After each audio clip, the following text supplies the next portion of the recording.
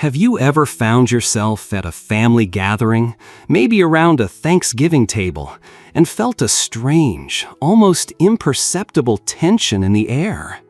The room is filled with familiar faces, the scent of turkey and pumpkin pie hangs heavy, but something is different. You look over at a beloved elder, a grandfather, a great aunt, someone who once was the vibrant center of every story, and you notice how the conversations seem to carefully navigate around them. Younger family members offer polite but brief answers, their eyes darting away, a quiet retreat from a conversation they seem reluctant to have. It's a heartbreaking and confusing scene, one that plays out in countless homes across America. This isn't a story about a sudden, dramatic falling out. It's about a slow, creeping erosion of connection, a quiet accumulation of resentment that can leave older adults feeling isolated, confused, and unloved, often without ever understanding why. It's a difficult truth to confront, but as we journey through life, certain habits can inadvertently take root, patterns of communication that, instead of building bridges, slowly dismantle them. People may begin to secretly harbor feelings of frustration or resentment, not out of malice, but as a defense against interactions that have become draining, critical, or one-sided. In our exploration today, we will delve into the 7 most common reasons why this emotional distance can grow. But this is not an exercise in judgment or blame. Instead, think of this as a journey of understanding and growth. Our goal is to illuminate these shadows so that we can navigate our relationships with more wisdom, empathy, and grace. By understanding the roots of these behaviors, both in ourselves and in those we love, we can transform weakening bonds into sources of renewed respect, deep connection, and even profound admiration. These lessons are for everyone because they provide the tools not just to avoid the mistakes that quietly push others away, but to actively pull them closer, strengthening the ties that matter most through every stage of life. So, let's begin this important conversation. One of the most immediate and powerful reasons people may begin to distance themselves from an older person is the pervasive habit of constant complaining. Imagine you pick up the phone to call your father, hoping to share some good news about your week. Before you can even get a word in, the conversation is swept away by a tide of negativity. It starts with the familiar litany of physical discomforts, the aching back, the stiff knee, the persistent headache. From there, it pivots to the infuriating state of politics, the incompetence of the local government, and then to a detailed critique of the neighbor's overgrown lawn. By the time you hang up, your own good news feels trivial, and a wave of exhaustion washes over you. You weren't just a listener, you became a container for someone else's discontent. This experience, repeated over time, creates a powerful and often subconscious association. The presence of that individual becomes synonymous with negativity. Younger people, who are often juggling the immense pressures of their own careers, families, and personal struggles, may find these interactions particularly draining. They are seeking energy, encouragement, and connection, but instead they are met with an atmosphere that feels heavy and bleak. This doesn't mean that an older person's struggles are invalid or unimportant. Sharing hardships, voicing discomfort, and seeking support are essential parts of any healthy relationship. The danger lies not in the act of sharing, but in the imbalance. When nearly every conversation is anchored in what is wrong, what is lost, or what is disappointing, it sends a subtle yet devastating message that you are more invested in the problems of the world than in the joys and possibilities that still exist within it. Psychologically, this habit often has deep roots.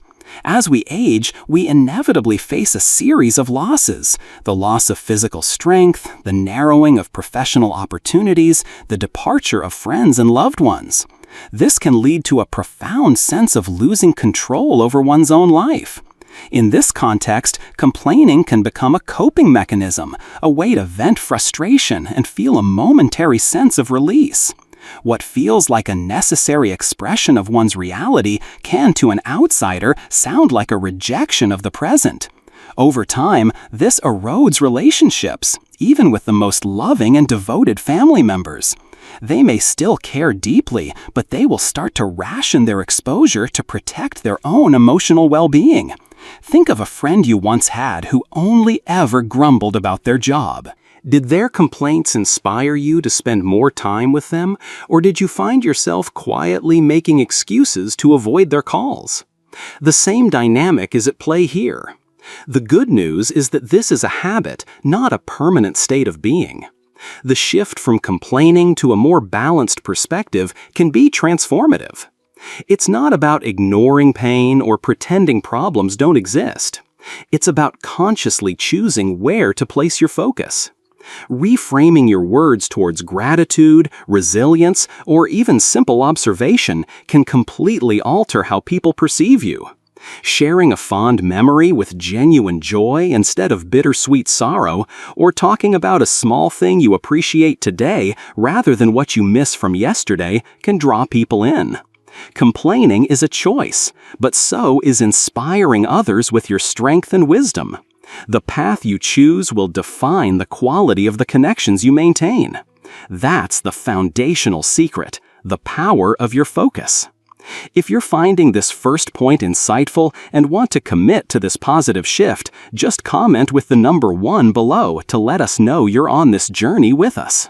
Flowing directly from what is said is the crucial matter of how we listen, which brings us to another powerful reason relationships can fray. It is the subtle yet deeply felt refusal to truly listen. As the years accumulate, bringing with them a wealth of experience, it's easy to fall into the trap of believing we've seen it all and already know all the answers. Conversations can slowly morph from a dynamic, two-way exchange into a one-sided lecture. An invisible wall goes up, leaving the other person feeling unheard, dismissed, and fundamentally unimportant. True listening is far more than simply remaining silent while someone else is speaking. It is an active, engaged process. It is about demonstrating genuine curiosity, asking thoughtful questions, and creating an emotional space where the other person feels safe, seen, and valued. When an older adult consistently interrupts to finish someone's sentence, quickly pivots the topic back to their own experiences, or responds to a personal story with a generic back-in-my-day anecdote without first acknowledging the other person's feelings, the unspoken message is deafening. What I have to say is more important than what you have to share. Over time, this dynamic breeds a quiet but potent resentment.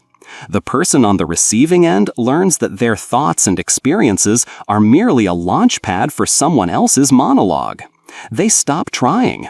They stop sharing the intimate details of their lives, not because they've stopped caring, but because the effort of trying to be heard has become too exhausting.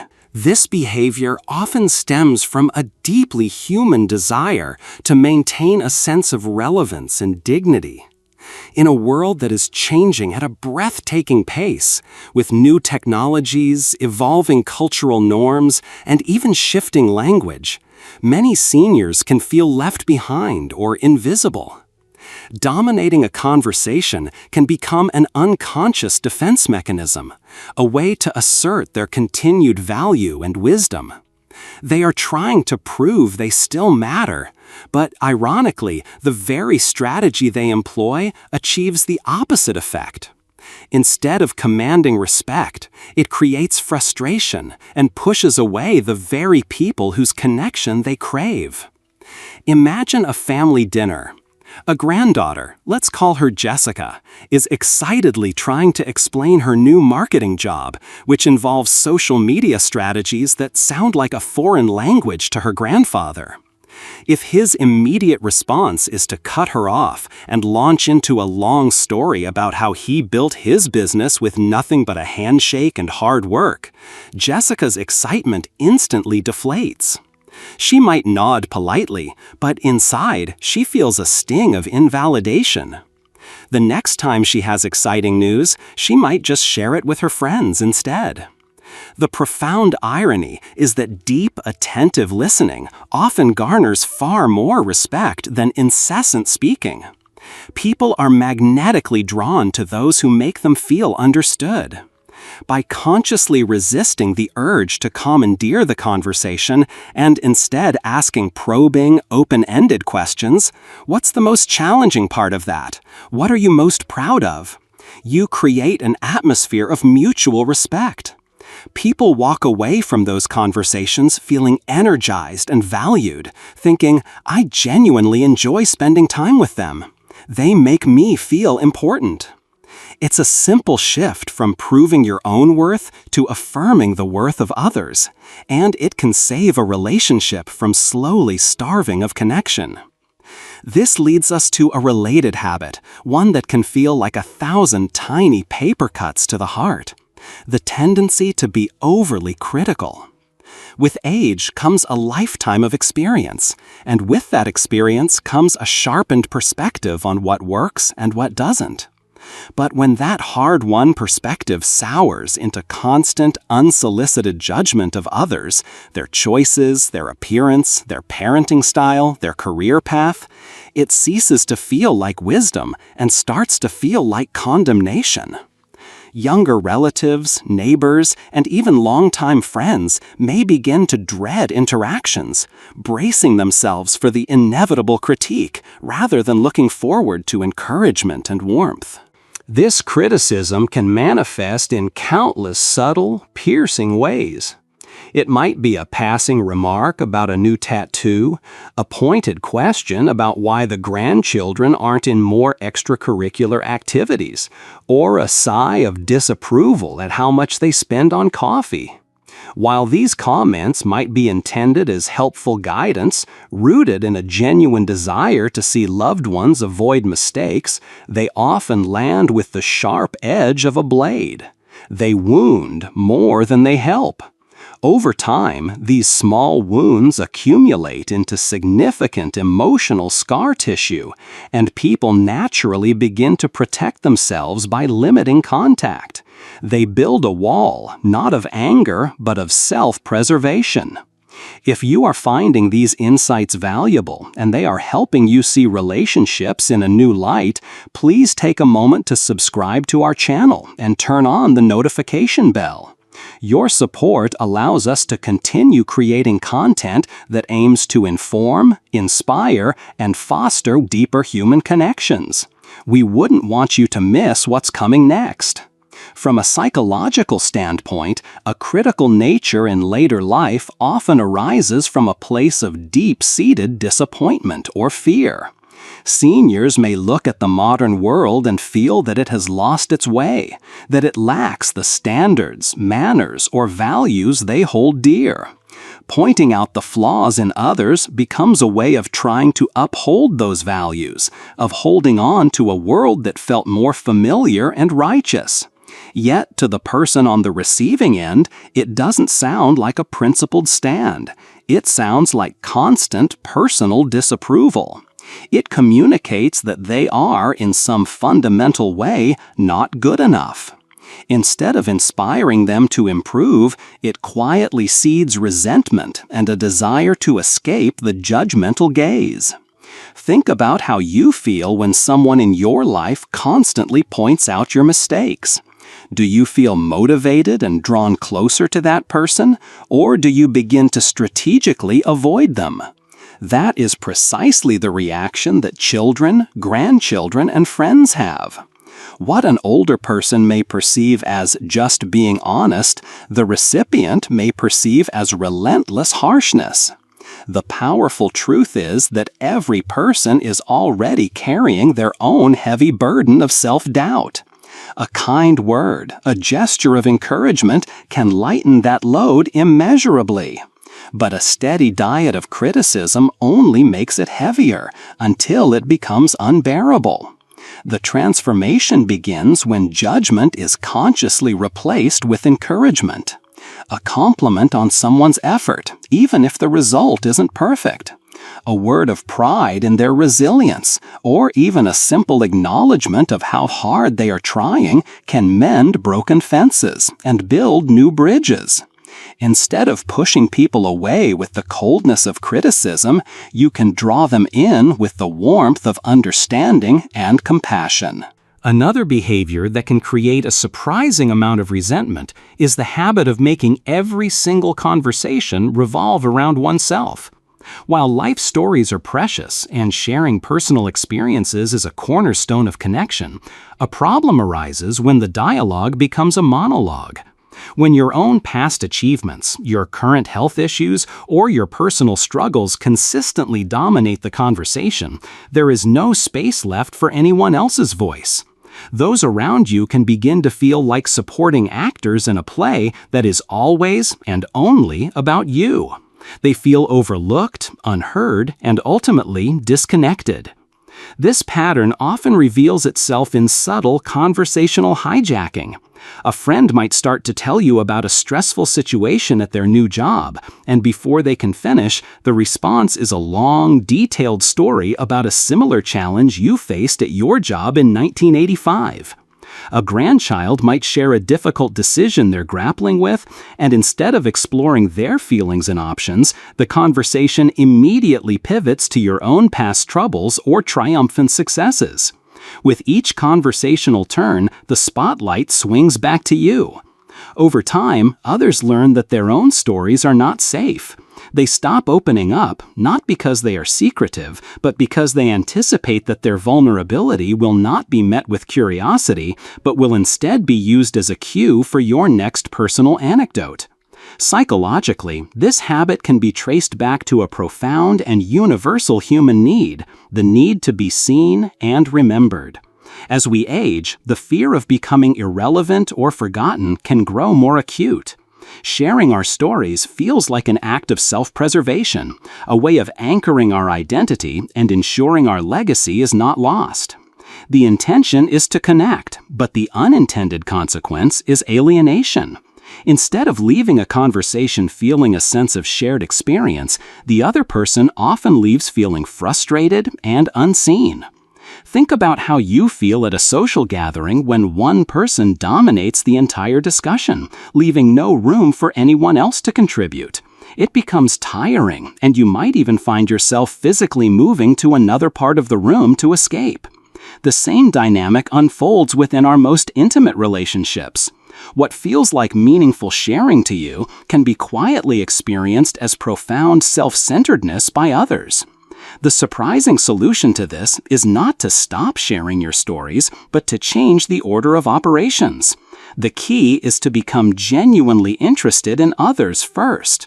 When you lead with curiosity, ask thoughtful questions, listen intently, and allow the other person to shine, you create a reciprocal desire in them to hear from you. After feeling truly heard, they will be far more receptive and eager to learn about your life in return. This balance transforms the entire dynamic. Instead of being remembered as someone who only ever talked about themselves, you will be cherished as someone who made others feel truly and deeply valued. Have you ever been in a conversation that felt more like a monologue? Share your experience in the comments below. We'd love to hear your story. This brings us to a closely related theme, the tendency to cling tenaciously to the past. Sharing memories is one of the most beautiful gifts an older person can offer. These stories are repositories of history, wisdom, and family lore. However, a problem emerges when every conversation inevitably circles back to how things used to be, creating an implicit judgment that the present is never quite good enough. Younger generations, in particular, can feel that their entire world, their challenges, their joys, their way of life, is being constantly measured and found wanting. This can quietly build a wall of resentment. This inclination often comes from a place of deep longing and comfort.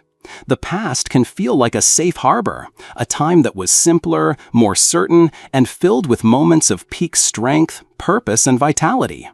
Recounting those glory days can provide a profound sense of comfort and help keep those vital experiences alive.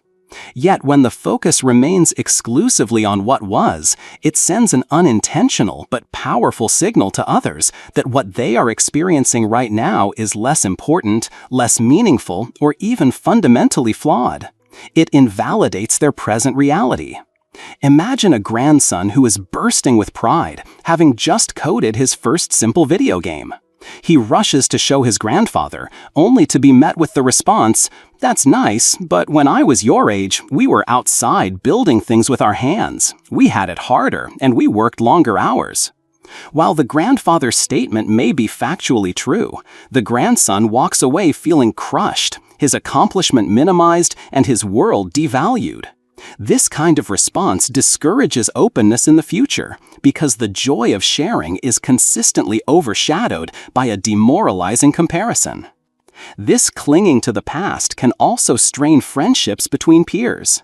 Old friends may grow weary of hearing the same handful of stories repeated ad nauseum, with no room for new conversations about their current lives, their health, their new hobbies, or their grandchildren. They may feel trapped in a time capsule, longing to connect in the here and now. What begins as fond nostalgia can eventually be perceived as a stubborn unwillingness to grow, adapt, or celebrate the life that is still unfolding.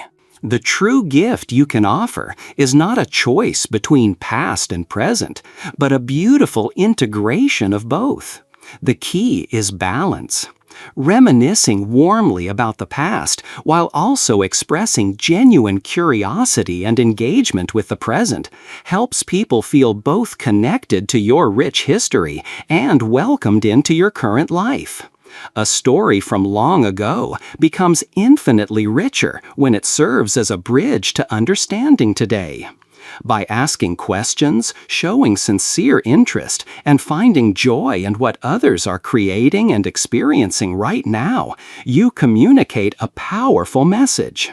When you embrace both yesterday and today, people will not see you as someone stuck in a bygone era, but as a wise and timeless individual who values every single moment of life.